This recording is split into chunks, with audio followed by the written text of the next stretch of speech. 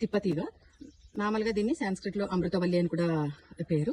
ఇది తీగ చూడండి ఇలాగా వస్తుంది. ఎంత డ్రై అయిపోయిండేదైనా పైనుంచి కట్టేస్తే కూడా కానీ అది వెతుక్కుంటూ భూమిని వెతుక్కుంటూ వెళ్ళి ఇట్లా మళ్ళీ బ్రతికిపోతుంది ఎండిపోయిండేదైతే కూడా. కానీ అదేవిధంగా హెల్త్ కూడా చాలా మంచిది. డయాబెటీస్ ఉన్న వాళ్ళు అలాంటి వాళ్ళు మార్నింగ్ అంటే ఎంటీ స్టమక్ తోటి 4-5 ఆకులు నమిలి తినేదాని వల్ల మంచి హెల్త్ ఉంటుంది.